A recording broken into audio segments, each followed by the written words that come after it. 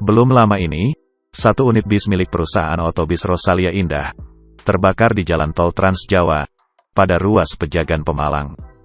Kebakaran ini terjadi pada waktu dini hari, di mana sebagian besar penumpang sedang dalam keadaan tertidur.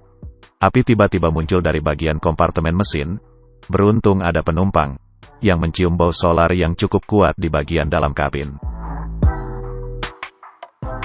Mengetahui ada bau solar yang cukup menyengat, penumpang tersebut meminta supir untuk meminggirkan bis di bahu jalan.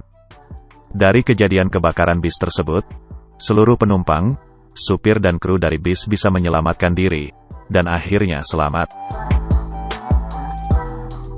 Dari hasil analisis beberapa kejadian terbakarnya bis yang pernah terjadi dalam beberapa waktu terakhir ini, ada hal-hal yang harus diperhatikan oleh penumpang ketika menaiki bis dan ada kejadian kebakaran.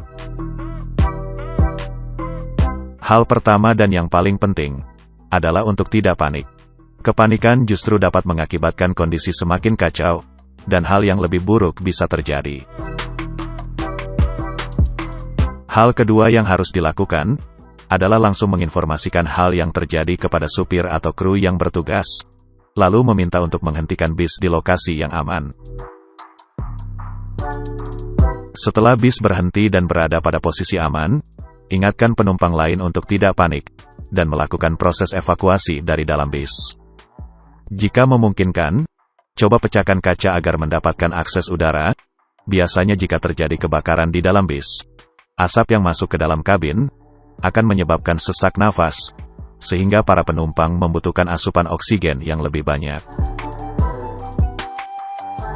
Jika di dalam bis tidak terdapat alat pemadam api, dan api belum terlalu besar, jangan mencoba menyiram api dengan air, namun coba padamkan api dengan menggunakan kain atau baju yang sudah dibasuh dengan air.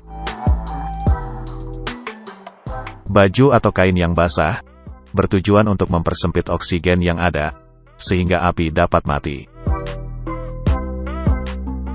Kemudian jika di dalam kabin sudah cukup banyak asap, penumpang bisa tiarap atau merendahkan badan untuk bernafas, karena asap biasanya lebih ringan jika dibandingkan dengan oksigen.